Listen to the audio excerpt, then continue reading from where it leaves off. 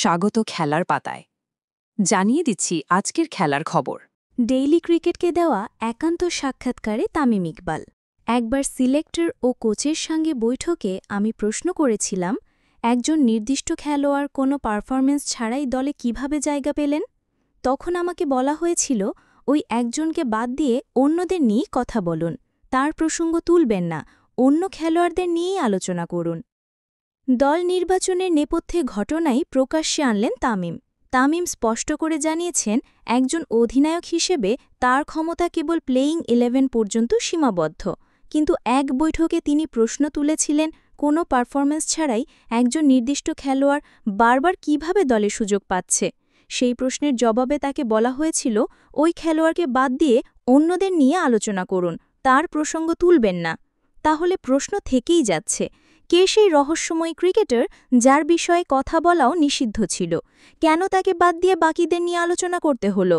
তামিমের এমন বক্তব্যে ক্রিকেট মহলে আলোচনার ঝড় বইছে। সমর্থকরাও জানতে মরিয়া হয়ে উঠেছেন, কোন খেলোয়াড়কে ঘিরেই এমন নাটকীয় কাহিনী। এশিয়া কাপ 2025 ক্রিকেট টুর্নামেন্টে বাংলাদেশের সামনে কঠিন চ্যালেঞ্জ অপেক্ষা করছে। লিটন দাসের নেতৃত্বে টাইগাররা রয়েছে গ্রুপ বিতে, যেখানে প্রতিপক্ষ শ্রীলঙ্কা, আফগানিস্তান ও হংকং। নিয়ম অনুযায়ী প্রতিটি গ্রুপ থেকে শীর্ষ 2 দল যাবে সুপার 4-এ। বাংলাদেশের সাম্প্রতিক ফর্ম খুব একটা ভালো নয়, বিশেষ করে শ্রীলঙ্কা ও আফগানিস্তানের বিপক্ষে অতীত রেকর্ড মাথায় রাখলে গ্রুপ পর্ব থেকেই বাদ পড়ার সংখ্যা উড়িয়ে দেওয়া যাচ্ছে না। ক্রিকেট বিশ্লেষকদের মতে, বাংলাদেশকে যদি ব্যাটিং ও বোলিং 2 বিভাগেই ধারাবাহিক পারফরমেন্স দেখাতে না পারে, তবে টুর্নামেন্টে অগ্রসর হওয়া কঠিন হয়ে পড়বে। তবে আশাবাদী অংশ বলছে, সঠিক টিমওয়ার্ক ও অভিজ্ঞ ক্রিকেটারদের পারফরমেন্স কাজে লাগাতে পারলে বাংলাদেশ এখনও সুপার 4-এ জায়গা করে নিতে সক্ষম হবে। এখন দেখার বিষয়, মাঠে নামার পর টাইগাররা কতটা লড়াই করতে পারে। বাংলাদেশ জাতীয় ক্রিকেট দলের পেসার তাসকিন আহমেদ আশা প্রকাশ করেছেন, আসন্ন টুর্নামেন্টে দেশটি চ্যাম্পিয়ন হবে। তাসকিন বলেন, এবার আমরা চ্যাম্পিয়ন হব ইনশাল্লাহ। তিনি জানিয়েছেন, দলের সব খেলোয়াড়ই মানসিক ও শারীরিকভাবে ভালোভাবে প্রস্তুত এবং একসাথে লড়াই করার জন্য সম্পূর্ণ উৎসাহী। তাসকিনের এই আশা দেশের ক্রিকেট ভক্তদের মধ্যে উচ্ছ্বাস তৈরি করেছে। টিমের পারফরমেন্স এবং পরিকল্পনার ওপর নজর রেখে মনে করা হচ্ছে, বাংলাদেশ এবার শক্তিশালীভাবে প্রতিযোগিতায় অংশ নিতে যাচ্ছে। এখন সবচেয়ে বড় প্রশ্ন হয়ে উঠেছে, এখনও পর্যন্ত আর্জেন্টিনা ফুটবল ফেডারেশন বা কোচ লিওনেল স্কালোনি কোনো অফিসিয়াল ঘোষণা করেননি। তবে ফুটবল বিশেষজ্ঞরা এবং অনলাইন জল্পনায় সবচেয়ে বেশি আলোচনায় আছেন ডিফেন্ডার ক্রিস্টিয়ান রোমেরো। তার মাঠে দৃঢ় নেতৃত্ব, সতীর্থদের অনুপ্রেরণার ক্ষমতা এবং প্রতিরক্ষায় খেলার দক্ষতা তাকে প্রধান প্রার্থী হিসেবে তুলে ধরেছে। মিডফিল্ডের অভিজ্ঞ খেলোয়াড় রদ্রিগো দে পলও সম্ভাব্য অধিনায়ক হিসেবে আলোচনায় রয়েছেন। দে পল দলের সিনিয়র খেলোয়াড় এবং মাঠে স্থিরতা বজায় রাখার জন্য পরিচিত। এছাড়া বিশ্বকাপ জয়ের নায়ক এমিলিয়ানো মার্টিনেজকেও লকার রুমে নেতৃত্ব দেওয়ার ক্ষেত্রে সম্ভাব্য প্রার্থী হিসেবে বিবেচনা করা হচ্ছে। তার ক্যারিশমা এবং সতীর্থদের সঙ্গে সম্পর্ক নতুন অধিনায়ক হিসেবে গুরুত্বপূর্ণ ভূমিকা রাখতে পারে।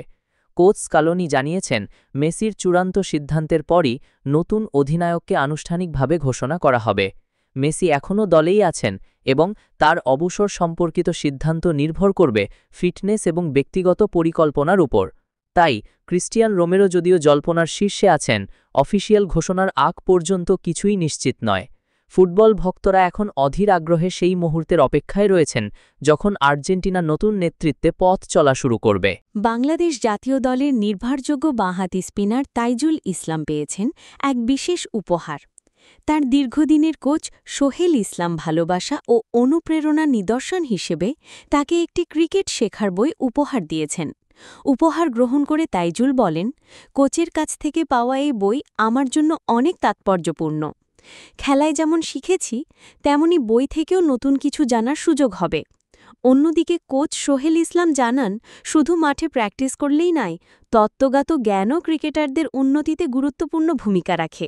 তিনি আশা প্রকাশ করেন, এ ধরনের বই পড়ার মাধ্যমে তাইজুল সহ তরুণ ক্রিকেটাররা আরও সমৃদ্ধ হবেন।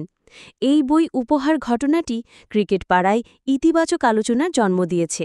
অনেকেই মনে করছেন এটি কোচ শিষ্যের আন্তরিক সম্পর্কের এক অনন্য উদাহরণ। বিহারের রাজগীরে চলমান এশিয়া কাপ হকির সুপার 4 পর্বে দুর্দান্ত ছন্দে আছে ভারত। প্রথম ম্যাচে দক্ষিণ কোরিয়ার বিপক্ষে 2-2 গোলে ড্র করলেও দ্বিতীয় ম্যাচে মালয়েশিয়াকে 4-1 ব্যবধানে হারিয়ে শক্ত অবস্থান নিয়েছে মেন ইন ব্লু। ভারতের হয়ে গোল করেছেন মনপ্রীত সিং, সুখজিৎ সিং, শিলানন্দ লক্ষ্য ও বিবেক সাগর প্রসাদ। অন্যদিকে কোরিয়ার বিপক্ষে গোল করেন হার্দিক সিং ও মনদীপ। সাবেক শ্রীলঙ্কান ক্রিকেটার ও ধারাভাষ্যকার রাসেল আর্নল্ড এশিয়া কাপে বাংলাদেশের সম্ভাবনা নিয়ে ইতিবাচক মন্তব্য করেছেন। তিনি বলেন, বাংলাদেশ গত কয়েক বছরে অভূতপূর্ব উন্নতি করেছে। ব্যাটিং ও বোলিং দুই বিভাগেই শক্তি বৃদ্ধি পেয়েছে। নতুন উদীয়মান খেলোয়াড়রা বড় ম্যাচে নিজেদের যোগ্যতা প্রমাণ করতে পারে। রাসেল আর্নল্ড আরও বলেন, দল যদি মাঠে সমন্বিতভাবে খেলতে পারে তবে সুপার 4 এবং ফাইনালে তারা চমক দেখাতে পারবে। ধৈর্য, কৌশল এবং উদ্ভাবনী খেলায় বাংলাদেশ প্রতিদ্বন্দ্বীদের জন্য বড় চ্যালেঞ্জ হবে।